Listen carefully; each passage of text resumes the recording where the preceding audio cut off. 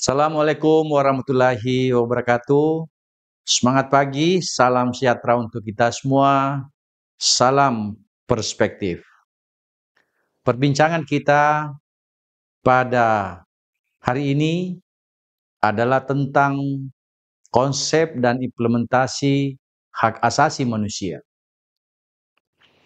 Konsep hak asasi manusia lahir sesungguhnya seumur dengan lahirnya manusia. Dan kita tahu bersama bahwa begitu pentingnya hak asasi manusia ini di beberapa negara, termasuk negara kita, itu melahirkan konstitusi yang kemudian memuat materi muatan tentang hak asasi manusia. Dalam sejarah kita kenal bahwa ada dua kelompok pandangan dalam memandang seperti apa hak asasi manusia itu diatur di dalam Undang-Undang Dasar atau batang tubuh Undang-Undang Dasar 45.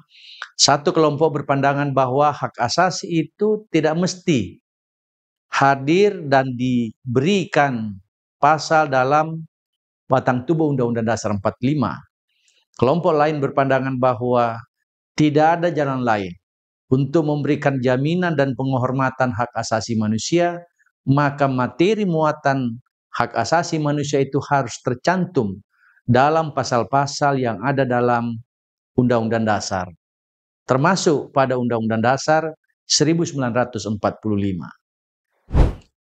Sahabat perspektif yang berbahagia, konsep hak asasi manusia sesungguhnya pengertiannya cukup banyak. Tetapi kalau kita mau simpulkan secara simpel bahwa sebenarnya hak asasi manusia itu adalah hak dasar yang melekat dan dimiliki oleh manusia sejak lahir dan merupakan anugerah Tuhan yang Maha Esa. Pengertian ini membawa implikasi pada konsep hak asasi manusia itu harus diartikan bahwa hak asasi manusia itu tidak perlu diberikan, tidak perlu dibeli, apalagi diwarisi. Kenapa? Karena dalam konteks hak asasi manusia itu melekat pada diri setiap manusia. Dan itu sifatnya otomatis. Yang kedua, hak asasi manusia itu ya tentu berlaku bagi semua manusia, berarti tanpa perbedaan. Hak asasi itu tidak boleh berbeda karena ada asal-usul, ada suku, ada ras, ada agama, ada kepercayaan, termasuk pandangan politik yang berbeda. Dan yang ketiga adalah hak asasi manusia itu karena melekat pada setiap manusia, maka ia tak boleh dilanggar oleh siapapun, termasuk oleh negara. Sahabat perspektif yang berbahagia, kalau kita bicara tentang pemahaman konsep hak asasi manusia, ada dua dokumen yang menurut saya relevan untuk kita pahami bersama-sama. Yang pertama adalah dokumen yang kita sebut dengan piagam PBB yang masuk dalam Declaration of Human Rights tahun 1948. Kalau kita lihat secara utuh, ada 9 hak asasi yang diatur dengan tegas di sana. Yang pertama adalah hak untuk berpikir atau hak untuk berpendapat. Yang kedua adalah hak untuk memiliki sesuatu. Kemudian yang ketiga adalah hak untuk mendapatkan pendidikan. Yang keempat adalah hak untuk menganut aliran kepercayaan atau menganut agama. Yang kelima adalah hak untuk hidup. Yang keenam adalah hak untuk kemerdekaan hidup. Yang ketujuh adalah hak untuk memperoleh nama baik.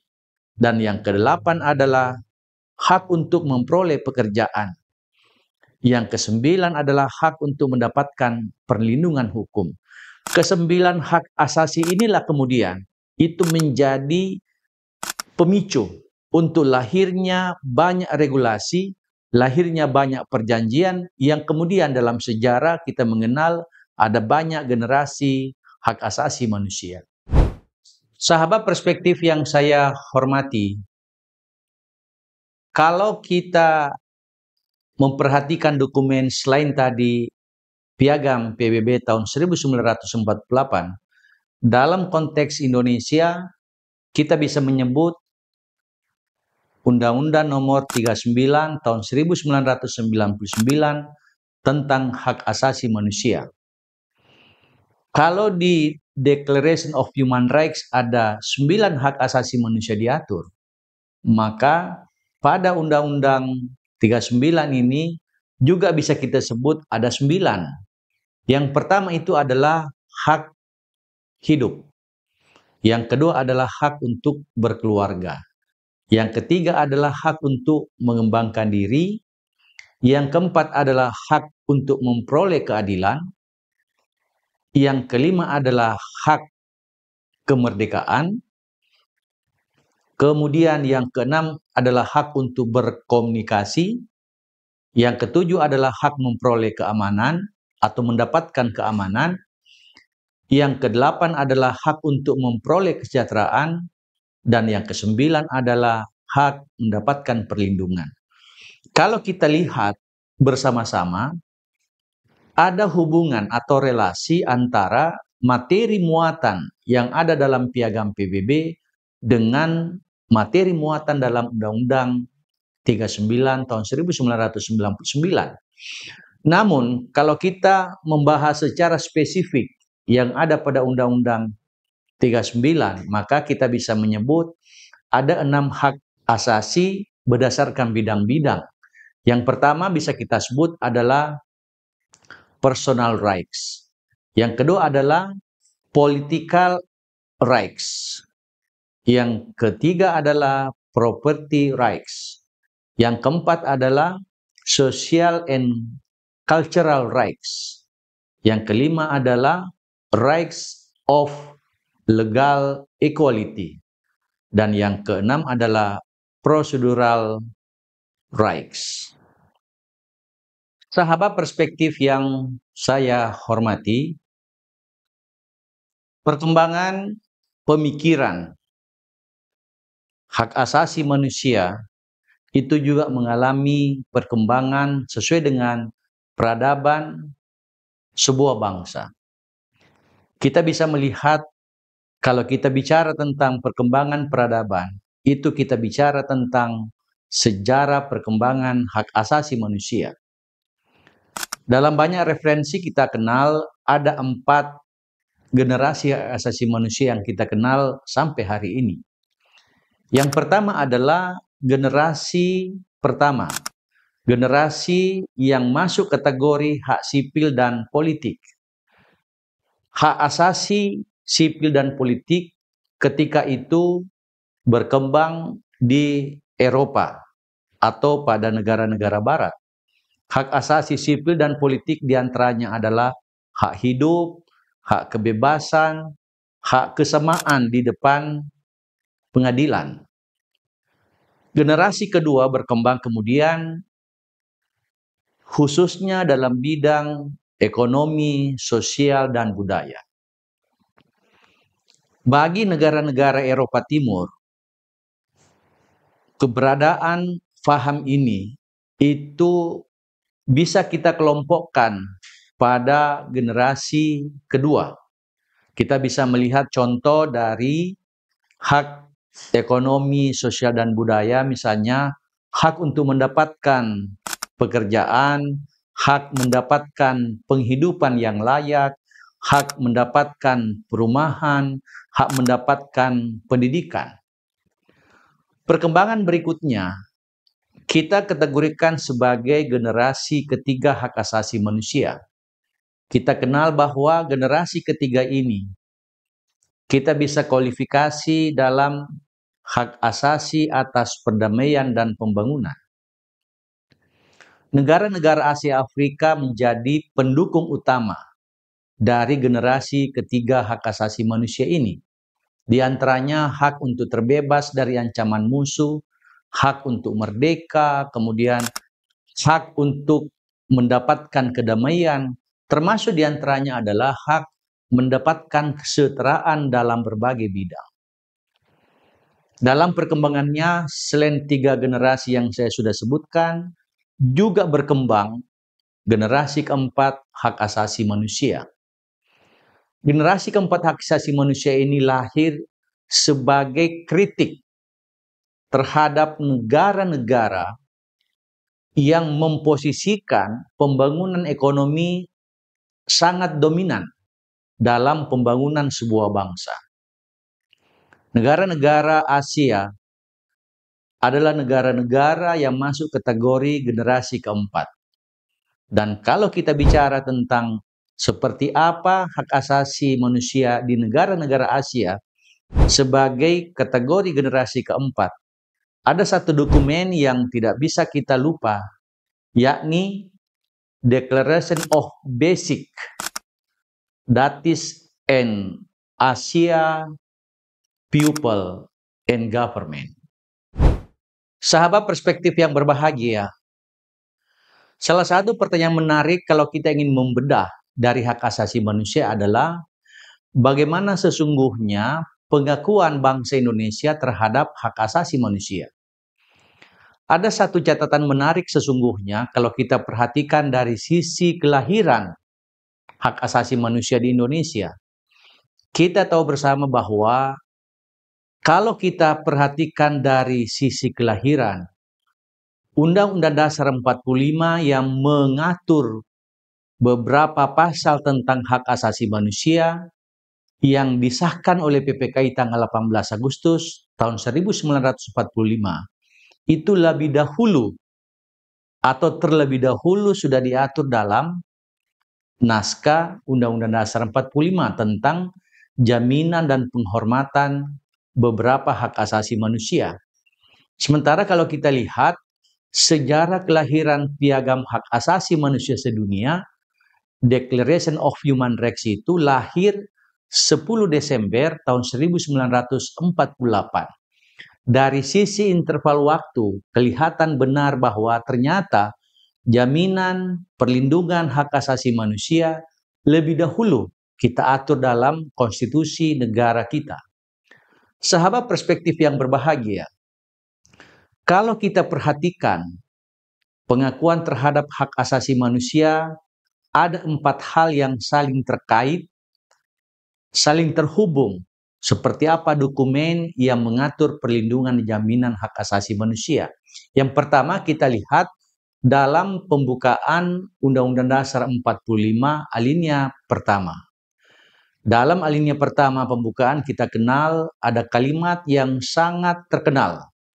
Di awal kalimat itu dikatakan bahwa sesungguhnya kemerdekaan itu ialah hak segala bangsa. Hak merdeka bagi segala bangsa adalah pengakuan terhadap hak asasi manusia bagi setiap bangsa untuk memperoleh kemerdekaan. Yang kedua, juga kita bisa lihat dalam pembukaan Undang-Undang Dasar 45 alinea keempat. Seperti kita maklumi bersama, di dalam alinea keempat pembukaan Undang-Undang Dasar 45 itu terdapat rumusan Pancasila yang kemudian menjadi satu kesatuan yang utuh sebagai dasar negara, dan seperti kita tahu ada sila kedua, kemanusiaan yang adil dan beradab. Keberadaan sila kedua itu sesungguhnya menunjukkan bahwa bangsa Indonesia menghargai dan mengakui keberadaan hak asasi manusia. Lalu yang ketiga, ada batang tubuh Undang-Undang Dasar 45. Seperti yang kita tahu, pra-amandemen atau sebelum diamandemen Undang-Undang Dasar 45 ini, ada beberapa pasal yang mengatur hak asasi manusia. Bisa kita sebut diantaranya pasal 27 yang terdiri dari 2 ayat, pasal 27 ayat 1, persamaan warga negara di depan hukum, lalu ayat 2, setiap warga negara berhak mendapatkan pekerjaan dan penghidupan yang layak. Terus pasal 28, kemerdekaan berserikat, berkumpul, mengeluarkan pendapat, pikiran diatur dengan undang-undang. Pasal 29 tentang agama, pasal 30 tentang pembelaan negara, 31 tentang pendidikan, 32 tentang kebudayaan, 33, 34 tentang kesejahteraan sosial. Materi muatan itulah yang diatur dalam Undang-Undang Dasar 45 di batang tubuh sebelum amandemen. Karena dirasa dan dianggap bahwa materi muatan ini masih terbatas, kita lihat dalam sejarah bangsa kita, pada saat amandemen Undang-Undang Dasar 45, materi muatan Undang-Undang Dasar 45 ini ditambahkan konteks hak asasi manusia, terutama pada pasal 28 huruf A sampai huruf J Undang-Undang Dasar 45. Dan yang keempat, dokumen yang tak terpisahkan adalah lahirnya Undang-Undang Nomor 39 tahun 1999 tentang hak asasi manusia. Sahabat perspektif yang berbahagia, setelah kita pahami tentang bagaimana pengakuan hak asasi manusia di negara kita bisa melihat salah satu aspek yang juga penting adalah bagaimana upaya bangsa kita dalam menegakkan hak asasi manusia. Saya ingin menyebut 4 poin penting sebagai refleksi terhadap bagaimana Indonesia melakukan penegakan HAM. Yang pertama, secara kelembagaan berdasarkan Kepres nomor 5 tahun 93, ada lembaga yang didirikan atau dibentuk oleh pemerintah yang kita sebut dengan Komisi Nasional Hak Asasi Manusia Nasional atau biasa disebut dengan Komnas HAM. Dari sinilah secara kelembagaan kemudian beberapa materinya itu berwujud menjadi Undang-Undang Nomor 39 tahun 1999. Yang kedua adalah penegakan HAM juga berdasarkan Pengadilan Hak Asasi Manusia yang kemudian melahirkan Undang-Undang Nomor 26 tahun 2000 tentang Pengadilan HAM. Pengadilan HAM dalam hal ini itu dianggap sebagai pengadilan khusus.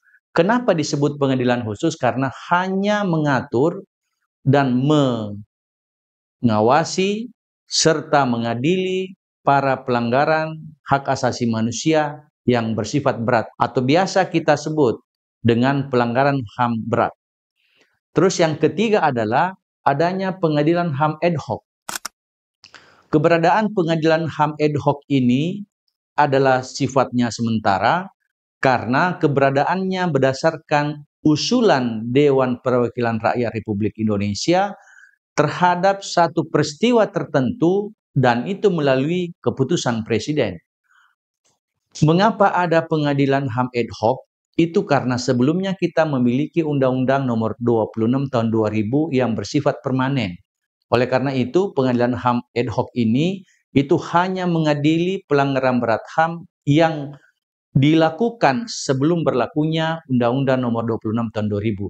Dan yang keempat, kita tahu ada yang namanya Komisi Kebenaran dan Rekonsiliasi KKR yang dibentuk berdasarkan Undang-Undang Nomor 27 tahun 2000, meskipun pada akhirnya undang-undang ini dicabut berdasarkan putusan Mahkamah Konstitusi. Sahabat perspektif yang berbahagia, selain pengakuan hak asasi manusia yang telah diatur yang sebutkan tadi, maka bangsa Indonesia juga sebagai bangsa yang bergaul dengan dunia internasional juga melakukan ratifikasi terhadap berbagai konvensi internasional tentang hak asasi manusia. Kita ratifikasi itu karena bagian dari kebutuhan bangsa kita. Yang pertama bisa kita sebut misalnya ada konvensi internasional tentang penghapusan apartheid dalam bidang olahraga. Yang kemudian kita tahu itu melahirkan Undang-Undang Nomor 48 tahun 1993. Juga ada konvensi internasional atau konvensi menentang penyiksaan atau perlakuan dan penghukuman lain yang kejam, yang tidak manusiawi, merendahkan harkat dan martabat manusia, yang kemudian melahirkan Undang-Undang Nomor 5 tahun 1998. Yang ketiga adalah Konvensi Organisasi Buruh Internasional Nomor 87 tahun 1998 tentang kebebasan berserikat dan perlindungan hak untuk berorganisasi. Ini diatur dalam Undang-Undang Nomor 83 tahun 1998. Yang keempat adalah Konvensi Internasional tentang penghapusan semua bentuk diskriminasi rasial yang melahirkan Undang-Undang Nomor 29 Tahun 1999. Yang kelima, Konvensi tentang penghapusan segala bentuk diskriminasi terhadap perempuan yang melahirkan Undang-Undang Nomor 23 Tahun 2004 tentang penghapusan kekerasan dalam rumah tangga. Selanjutnya, ada Konvensi Internasional tentang Hak Sipil dan Politik tahun 1966 yang kemudian diratifikasi melalui Undang-Undang Nomor 12 Tahun 2005. Dan yang terakhir adalah kita mengenal ada konvensi internasional tentang hak ekonomi, sosial, dan budaya atau International Covenant on Economic, Social, and Cultural Rights tahun 1966 yang melahirkan Undang-Undang Nomor 12 tahun 2005. Sahabat perspektif yang berbahagia, kalau kita bicara tentang hak asasi manusia, kita lihat dari sejarah lahirnya hak asasi manusia di negara kita, lalu kita juga melihat seperti apa pengakuan bangsa kita terhadap hak asasi manusia, termasuk diantaranya dalam berbagai ratifikasi hukum internasional.